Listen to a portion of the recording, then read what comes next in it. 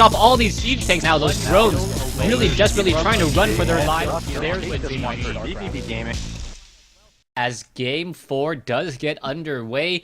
Here's the countdown. DaiSuki will be spawning as the blue Zerg, Attero as the light blue Protoss on MLG Dual Site, a map that we've often mentioned as a Zerg favored map, but then again, perhaps Attero, in choosing to veto Shakura's Plateau, had a specific plan here on MLG Dual Site.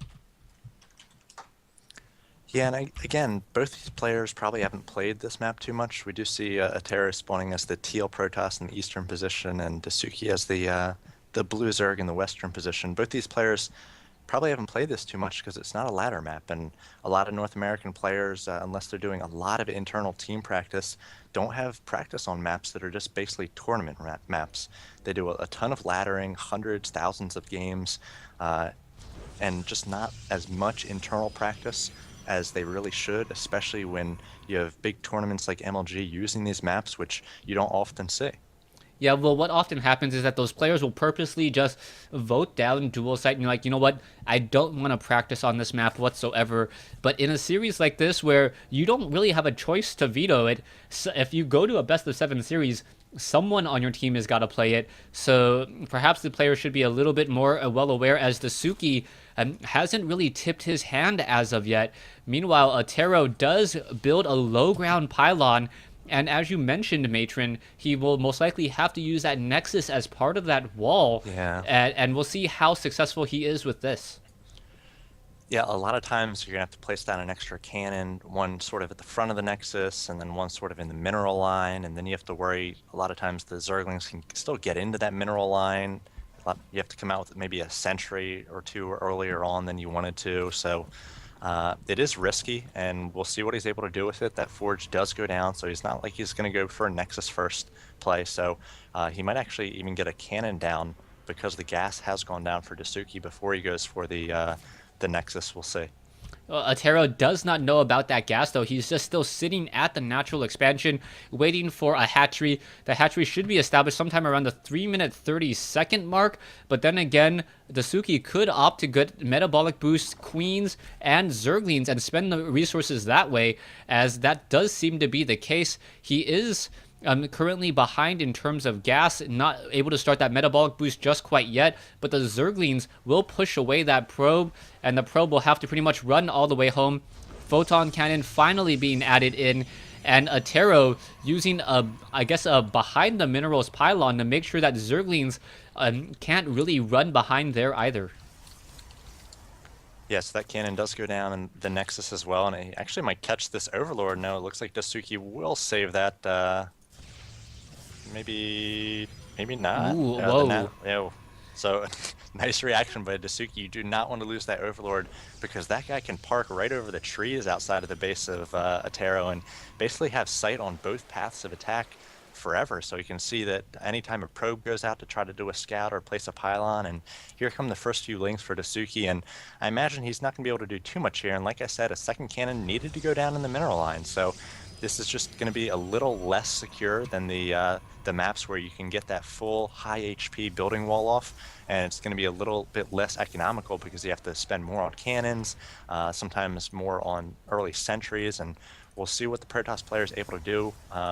Back at home, DaiSuki has gotten, it looks like, speed has not started yet, and he might have thrown down a fake extractor because he has yet to mine any sort of gas off of it, and he's working the second base. We'll see whether he gets a quick third.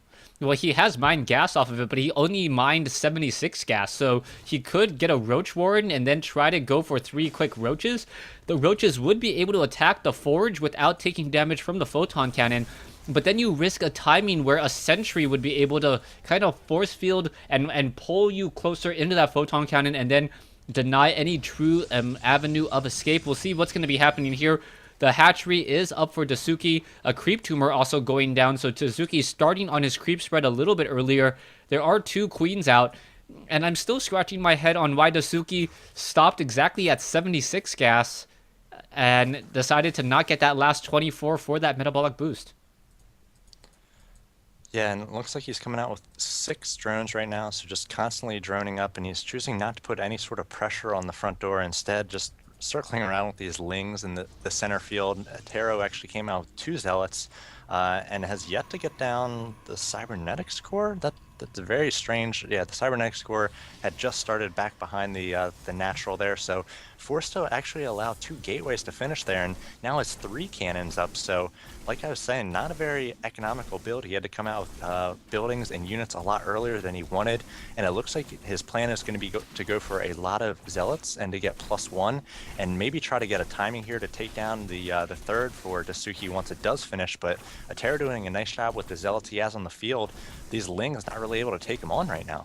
Yeah, Attero doing a great job. Somehow, no real damage has been dealt to these zealots as of yet, as the hatchery down to 200 hit points, 100 hit points, or 200 dancing around back and forth. The zealots look like they finally may get taken out, but they're going to park themselves in between the mineral patches, and then simply let the shields recharge once more and move off again. The hatchery is at 400 hit points about. It does have 1 armor now, but this is going to be very difficult to defend against, as the zealots are here. Zerglings now swarming this location, and it looks like Attero will end up losing all of these zealots, but not quite sure who came out ahead or behind in this exchange here.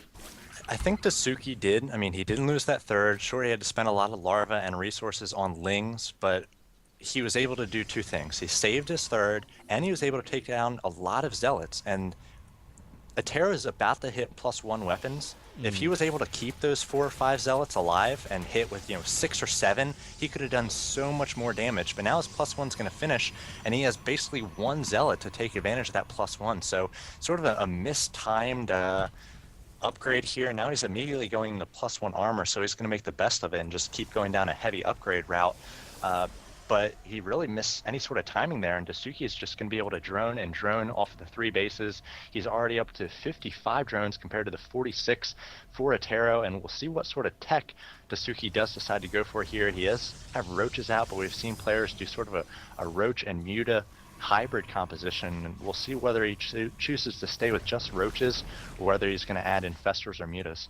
Yeah, interesting also by Attero. Attero at just now finished Warp Gate and now just upgrading his gateways into Warp Gates. This is almost at the 10-minute mark, and that pretty much allowed the Overlord to fly overhead, gain sight on everything on the inside of the base, as Stalkers took a little bit of time to actually warp into play. We see Attero going for a purely Zealot Sentry army, essentially, and we can also see that Overlord is spewing creep. The Overlord will get taken down rather quickly, but the creep will still be there for a little while longer, preventing any Nexus from coming into play.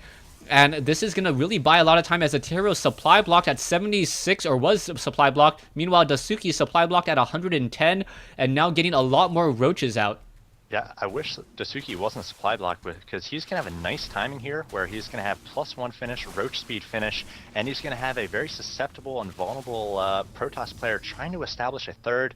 He can just crash wave after wave of roaches at that third as Attero tries to place it down, and he's going to have a lot of success. He's going to be able to trade really economically. So he was supply capped, and now it looks like he's going to be going for Hydras, so he's sort of going to delay his attack, but he really needs to stop this third from finishing and really getting up and running. And this is sort of the timing where a lot of Zerg players take advantage of that high saturation off of 3 bases to just throw wave after wave of roaches at their Protoss opponent.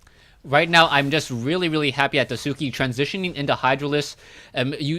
He kind of tipped his hand with a lot of roaches, and you saw Attero now, he does have Immortals, and also Sentries generally feel very confident against roaches, since they do attack so slowly and they have such a short range. Hydralisk with a range of 6 can clearly shoot beyond force fields, and it's much more difficult to try to split up Hydralisk than it is roaches, as long as the roaches are in the front. And then we'll see what's going to be happening here as the force fields, 2 of them miss pretty much, as only 1 unit was taken down, and now in comes the engagement. The proxy pylon, or the pylon already down now, as the roaches going to try to engage. They are eating up a lot of the force fields as the roaches are chasing after the units. Immortals too far in the back to really deal any damage, with the force fields now causing a problem as the roaches are not able to retreat. Yeah, this is the timing I was talking about. Very powerful for Zerg, especially as he does get a nice surround here. More and more reinforcements coming from the south. They're able to get a decent surround on the Protoss units, and he does need to focus down these Immortals, which are doing a ton of damage already with 7, 9, 5, 6 kills between the two, as there's kind of count there. But I think this is going to be GG for Attero, as he was very vulnerable there, trying to establish that third, and DaiSuki hit a beautiful timing with Roach Hydra. Yeah, Roach Hydra already up to 168 food. He was at 170, almost 180 at one point, and the units are still flooding across the ramp. Attero trying to hold this, but he's not going to be successful. The Hydralisks were simply too much, and there's the GG. DaiSuki now putting up vVv Gaming 3-1 in this Wednesday Night Starcraft. Yeah, I think DaiSuki played it a little bit differently than we've seen the other Zergs play this matchup tonight. We've had actually a lot of ZVP, and DaiSuki got on his 3 bases, but he did not let the Protoss macro. He hit a timing there, and that timing was available in the other ZVPs as well. We saw in the second game, Mass actually had Roaches out on the field, taking down Zealots against Rocker when he was trying to establish his third, and he could have focused down that third and maybe prevented it from finishing, but he chose to sort of just macro up, and DaiSuki did not allow Attero to macro up there. He hit a nice timing with Roach speed, +1, and those Hydras finishing, and Attero just had to GG. Yeah, I think actually +2 was finished by the end of the battle, and those Hydralisks attack very quickly.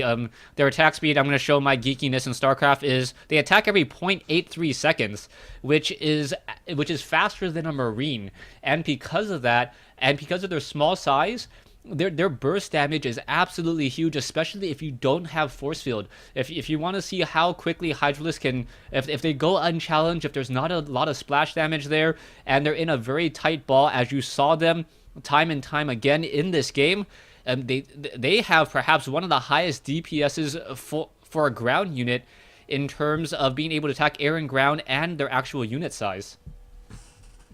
Yeah, so we will be moving on to, this is going to be game 5 now. vVv is up 3-1, and it's just Everrise left for Team Dynamic. So there's just one more player, a Terran player, and vVv has 3 shots at him. So going to have a ZVT in this next upcoming game, and if DaiSuki does lose that, we're going to have a lot of TBT to end things for Wednesday night StarCraft. So vVv in a commanding 3-1 position.